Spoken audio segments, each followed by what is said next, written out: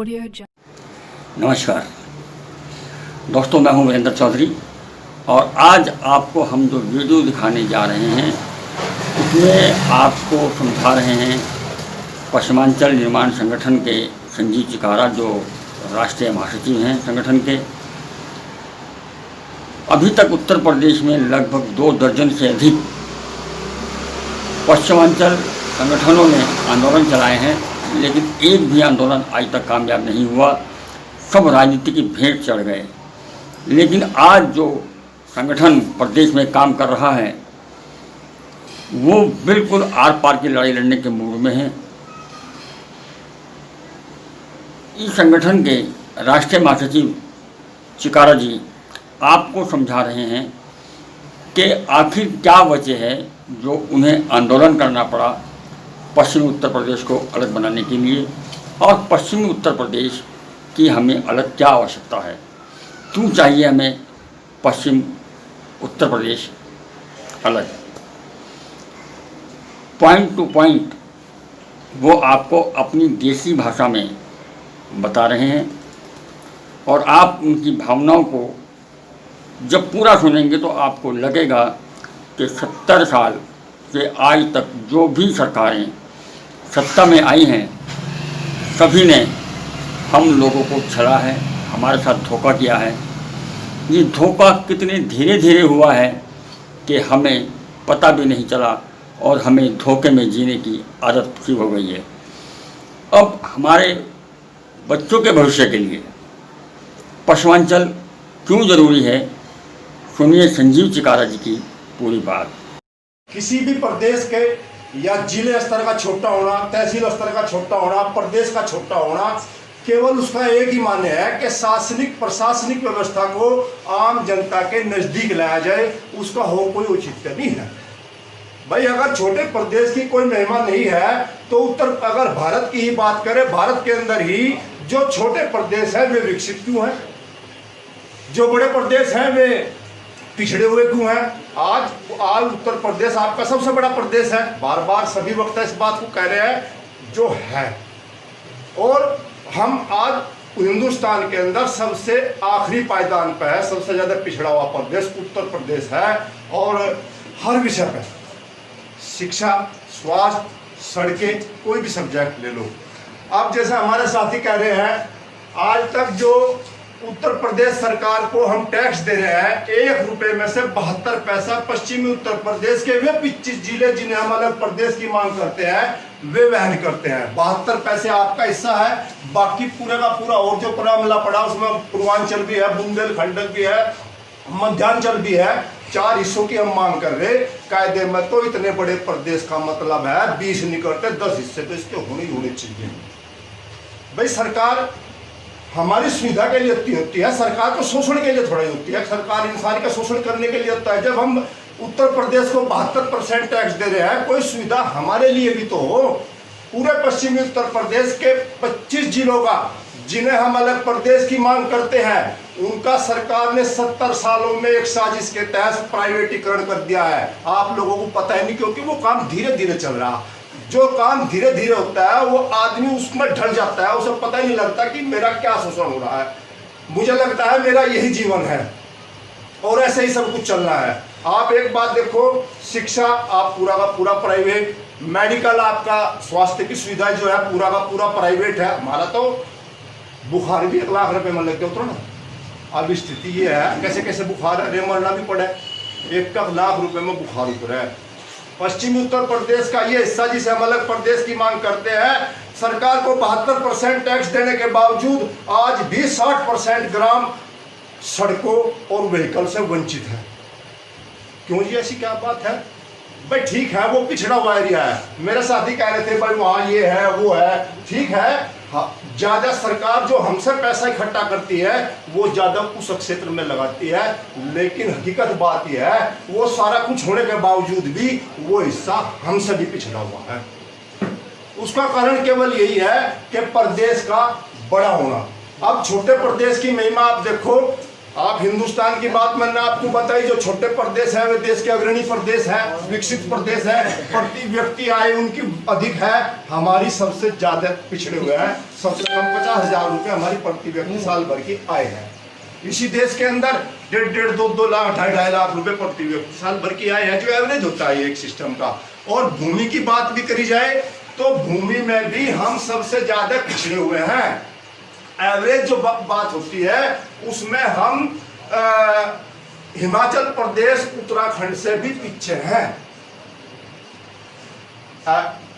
भाई मेरे पास 100 बीघे जमीन है, इसके पास 2 बीघे जमीन है, इसके पास कोई भी जमीन नहीं है। सरकार जो सबको बांट के देखती है वो एवरेज जो होता है वो टोटल सभी लोगों को लेकर उसका एवरेज निकाला जाता है। उसी एवरेज के लिहाज से हिमाचल प्रदेश पहाड़ी एरिया, उसकी भी लैंड जो है हमारे से बड़ी है, हमारा उसका किसान हमसे बड़ा है। और आप लोग किसी भी बड़े प्रदेश होने का सबसे ज्यादा क्या नुकसान है, केंद्र सरकार जब भी संसाधनों का बंटवारा करती है वो प्रदेश के लिहाज से बंटवारा करती है, न कि जनसंख्या के लिहाज से। अभी केंद्र सरकार ने एम्स दिए, इसी सरकार ने, जो इससे पहले यही सरकार थी, केंद्र सरकार ने प्रदेश सरकार को एम्स दिए। मेरठ शहर की जितनी आबादी का एक प्रदेश गोवा, उसे भी एक एम्स मिल गया। 1 करोड़ के उत्तराखंड को भी एक एम्स मिल गया। 2.5 करोड़ के हरियाणा को भी एक एम्स मिल गया। कुछ लाख के सिक्किम को भी एक एम्स मिल गया। 24 करोड़ के उत्तर प्रदेश को भी एक ही एम्स मिला। हमारे जो यहाँ के जनप्रतिनिधि है जिन्हें हम चुन के भेजते हैं, एक का भी मुंह नहीं फूटा। भाई हमें 10 तो दे ही दो। 24 करोड़ जनसंख्या, एक एम्स का मतलब है दुनिया की सर्वोत्तम स्वास्थ्य सुविधाएं उसमें उपलब्ध होती हैं। डॉक्टर बनते हैं, पढ़ाई होती है, मेडिकल की सारे के सारे कोर्स उसके अंदर होते हैं और 1 क्लास का वहाँ पर ट्रीटमेंट होता है आदमी का। दिल्ली के एम्स में टिल्ले लगे रहे, पूरे हिंदुस्तान का आदमी आकर वहाँ पर अपना इलाज करवाता है। क्यों करवा है? क्योंकि वहाँ पे सुविधा फ्री है और इलाज उत्तम है। तो कहने का मतलब ये है, छोटे प्रदेश के बेहद फायदे हैं। दुनिया के अंदर अमेरिका आज पूरे वर्ल्ड का सबसे शक्तिशाली सर्वाधिक विकसित देश है, जिसकी जनसंख्या केवल 34 करोड़ है। और 34 करोड़ की जनसंख्या को वहां की सरकार ने 50 प्रदेशों में विभक्त किया हुआ है। यानी कि एक भी प्रदेश की जनसंख्या लगभग 1 करोड़ का आंकड़ा पार नहीं करती। छोटे प्रदेश यहां भी विकसित है, छोटे प्रदेश वहां भी विकसित है। छोटे प्रदेश होने का मतलब है हम अपनी मांग उठा सकते हैं। आप अगर यहाँ बैठे हैं, आपकी सरकार आपसे 600 किलोमीटर दूर बैठी है, लखनऊ की राजधानी 600 किलोमीटर दूर है। क्या आप, अगर हम यहाँ कोई आंदोलन कर रहे क्योंकि सोच रहे, अभी हम मंडोला पीछे जी वहाँ किसान धरने में बैठे हुए हैं, मुआवजे का मैटर है उन लोगों का, और वे तकरीबन मेरे ख्याल से 1.5 साल, 2 साल से वहाँ पे 3 वो वहाँ धरने में बैठे हुए हैं। क्या कारण है कि सरकार, मतलब 3 साल से व्यक्ति धरने में बैठे हुए, आज तक कोई ने उनकी मांग ही नहीं सुनी। माननीय न माननीय मने कर देना वो अलग बात है, आज तक उनकी किसी ने मांग ही नहीं सुनी। क्यों? क्योंकि 600 किलोमीटर दूर बैठी सरकार को नहीं पता बैठे हुए हैं। अगर सरकार मेरठ में होती, आप लोगों की राजधानी मेरठ होती, प्रदेश छोटा होता, तो हम मंडोला में नहीं बैठे थे, मेरठ ही जा बैठते। सरकार लिगड़ती बढ़ती हमें देखती। भाई धरना दे रहे, कोई परेशानी है इन्हें। कहने का मतलब है आप लोगों के जिले वाइज भी मुख्यमंत्री के राउंड नहीं लगते। हरियाणा 2.5 करोड़ का हर गांव में मुख्यमंत्री जाला है। अपनी एक योजना के अंदर मुख्यमंत्री हर गांव में जाला है। क्यों जाला है? क्योंकि छोटा है, छोटे छोटे जिले हैं, छोटे छोटे तहसील है। तो साथियों, बुजुर्गों, इस विषय को समझने की जरूरत है। रोजगार का आज क्या आलम है आप लोगों के यहाँ? आप लोगों के, अगर मैं एक छोटी सी अपनी व्याख्या आप लोगों से शेयर करूं, मेरा गांव ऊन पड़ता है शामली डिस्ट्रिक्ट में, अब तहसील बन गया। वहां पे 95% ग्राम पंचायतें हैं हमारे ऊन ब्लॉक के अंदर। 60 ग्राम पंचायतें आज भी ऐसी है जहां रास्ता नहीं गया। बस तो बहुत दूर की बात है, जब रास्ता ही नहीं वहां बढ़ रहा तो सोचने की बात यह है, बिहड़ के वासी है क्या? आज 70 साल देश को आजाद हुए, आज तक हम रास्ते से ही वंचित हैं। हमें सरकार और क्या देगी? पैसे टैक्स सारा का सारा हम दे रहे, सरकार हमें क्या दे रही? सरकार हमें कुछ भी नहीं दे रही। अगर छोटा प्रदेश होगा और हमारा जो सारा का सारा पैसा है, हमें केंद्र सरकार की इमदाद की भी जरूरत नहीं होगी। यही पैसा अगर यहाँ लगना शुरू हो गया तो आपको यकीन करो कि 10 साल के बाद में सरकार को विकास के लिए नहीं, पार्क बनाने पड़ेंगे, टून के ऐसे सौंदर्यीकरण के कार्य करने होंगे और बाकी के पैसे लगाने की जगह नहीं पड़ेगी। 72% रेवेन्यू होता है उत्तर प्रदेश के अंदर। हमारा इकट्ठा जो पूरा का पूरा वहाँ पर नेपाल बॉर्डर तक जाकर बचता है और सारा का सारा जो है भ्रष्टाचार की भेंट चढ़ जाता है। उस जो 72% टैक्स हम देते हैं, पश्चिमी उत्तर प्रदेश के 25 जिले, उनमें से सरकार केवल 18% हमें वापस करती है। उस 18% में से भी आधा बंदरबाट हो जा, सारे के सारे आपके जो यहाँ अधिकारी है वे सारे के सारे पूर्व के हैं। आप देख लो, तहसील में चले जाओ दुर्वेदी चतुर्वेदी, आप अदालत में चले जाओ दुर्वेदी चतुर्वेदी। आप लोगों का कहीं नंबर आ रहा, आप लोगों का बच्चा कहीं एसडीएम है, पूरा का पूरा पूर्व के अंदर से पूरा का पूरा अधिकारी यहाँ क्यों आ रहा? वहां पे जो शिक्षण संस्थाएं हैं वे सरकारी हैं, उन्हें अहमियत होती है। सरकारी नौकरी के अंदर सरकारी जो संस्थाओं में पढ़े हुए बच्चे होते हैं उन्हें अहमियत दी जाती है। आप एक बात देखो, अगर आपके लड़के ने बीटेक की डिग्री की और वो मेरठ से करी या गाजियाबाद से करी या नोएडा से करी, किसी भी शहर से जहाँ प्राइवेट कॉलेज खुले हुए हैं, उसकी वैल्यू केवल यह है कि 10-15 हज़ार रुपए की नौकरी भी आपको मुश्किल प्राप्त होगी। और अगर एक बच्चा आपके रुड़की IIT कॉलेज से बीटेक करके निकला तो उसकी नौकरी वहां से 2 महीने, वहां से निकलने से 2 महीने पहले उसकी नौकरी लग जाती है। इस बात को नोट करो। IIT कॉलेज रुड़की से अगर उसने की हुई है तो साथियों, रोजगार की समस्या का हल होगा, स्वास्थ्य की समस्या का हल होगा, शिक्षा की समस्या का हल होगा। आप लोगों के यहाँ देख लो, आज पश्चिमी उत्तर प्रदेश के अंदर जितने भी प्राइमरी स्कूल हैं उनमें से लगभग स्कूलों में केवल एक ही टीचर है।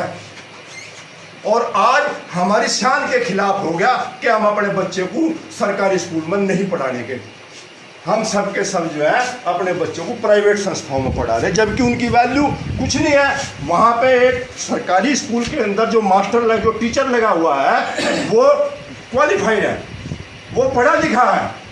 और आपके जो प्राइवेट कॉलेज के अंदर, प्राइवेट स्कूलों के कॉलेजों के अंदर जो टीचर पढ़ा रहे हैं 3-3, 4-4 हज़ार रुपये की नौकरी में क्वालिफाइड टीचर वहाँ पर नौकरी करेगा।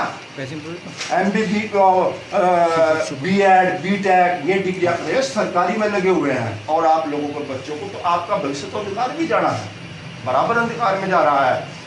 प्रदेश को बांटने का सबसे पहले गोलमेज सम्मेलन में भाई परमानंद ने आवाज उठाई थी। आजादी से भी पहले उत्तर प्रदेश को अंग्रेजों ने मिलाकर इसे इतना बड़ा प्रदेश का रूप दिया था, जिसे सरकार ने केवल इसीलिए जोड़ के रखा है।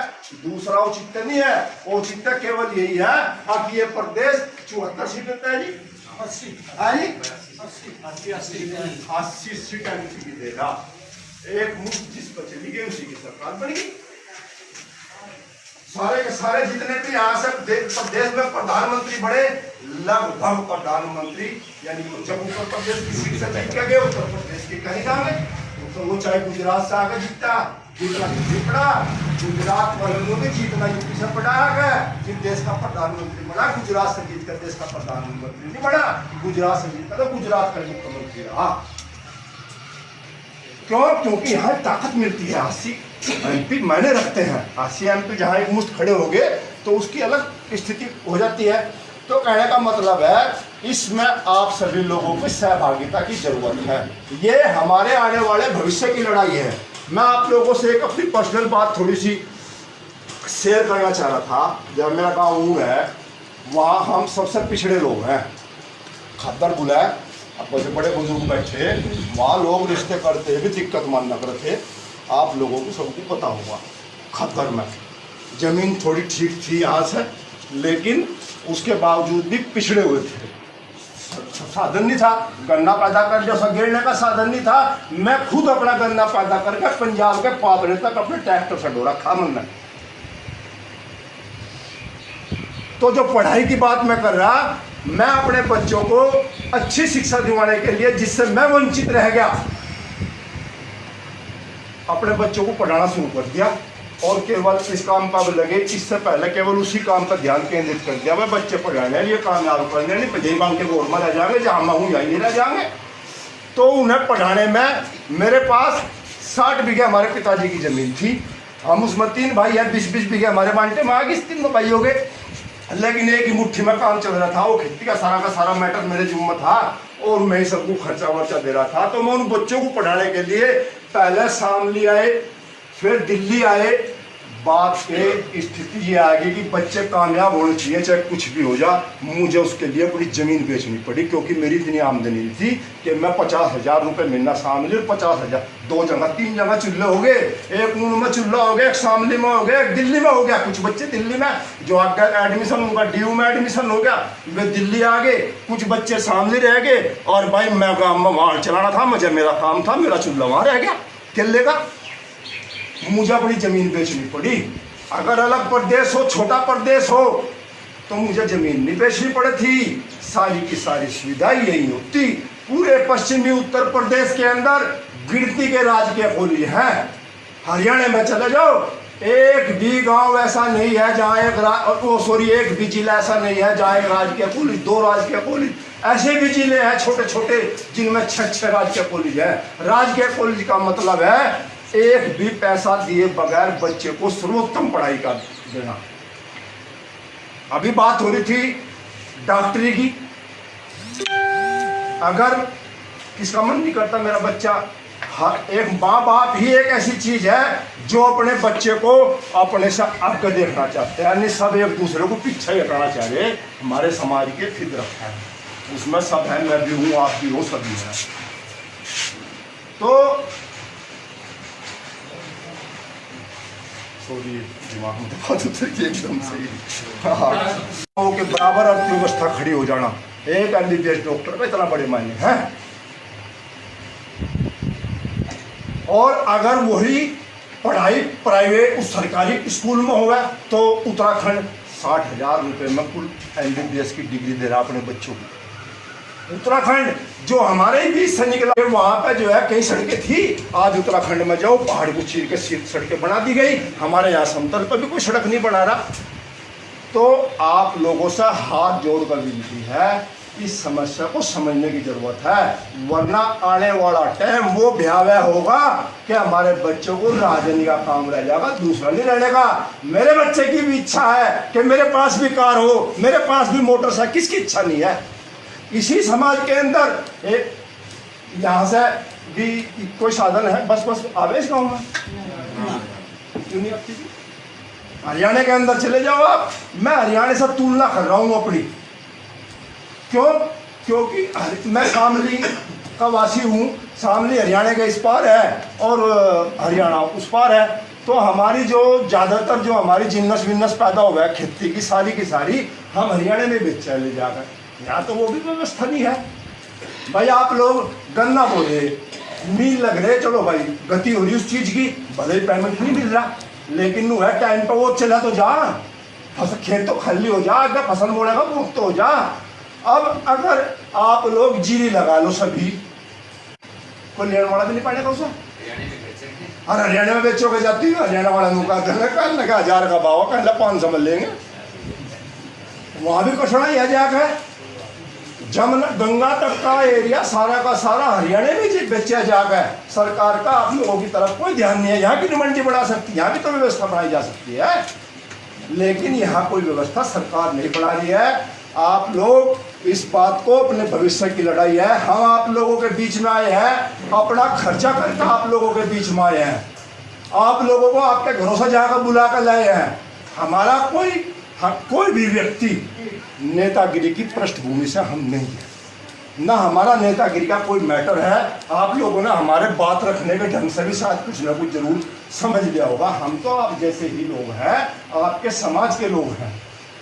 केवल यही है कि हम आज ऊन को छोड़कर हम दिल्ली में रहने लगे, बच्चे कुछ रोजगार पर लगे, कुछ तैयारी में है, तो हम देख रहे कि क्या सुविधाएं होती है सरकार, क्या क्या देती है सरकार। अब दिल्ली को जाकर देखो ना, पूरी की पूरी दिल्ली पुल से ढक के घेर दी। हर सड़क पे पुल। और यहाँ से हमने देखा अब मतलब जो है एक पुल अगर जमुना पर चल रहा तो एक पीढ़ी गुजरेगी और कोई पुल नहीं बना। ऐसे क्या दिल्ली कुछ वो दिल्ली में सारे पुलों की जरूरत है कि और किसी देश में किसी हिस्से में कहीं जरूरत नहीं है क्या? जब इसी देश के अंदर मेरठ शहर की आबादी का जितना प्रदेश गोवा हो सकता है, कुछ लाख का प्रदेश केवल कुछ लाख का सिक्किम हो सकता है, कुछ लाख का त्रिपुरा, छोटे छोटे राज्य तो हम क्यों नहीं हो सकते? क्या कारण है? सरकार 8 करोड़ की आबादी के बिहार को बांटकर झारखंड बना देती है। क्या कारण है? सरकार 8 करोड़ के मध्य प्रदेश को बांटकर छत्तीसगढ़ बना देती है, लेकिन उत्तर प्रदेश के यहाँ पर अंगड़ी नहीं रखने दे रही। इसमें सबसे बड़ा कारण है हमारा समाज सोया हुआ है, हमारा काम चल रहा। जिस भूमि पर हमारा जन्म हुआ है वो दुनिया की सर्वोत्तम भूमि है, ये तो है हमारा सौभाग्य है। और जिस प्रदेश के साथ हम जुड़े हुए हैं वो दुनिया का सबसे पिछड़ा हुआ प्रदेश है, ये हमारा दुर्भाग्य है। तो साथियों, को आने वाली पीढ़ी के लिए लड़ाई है। आप लोगों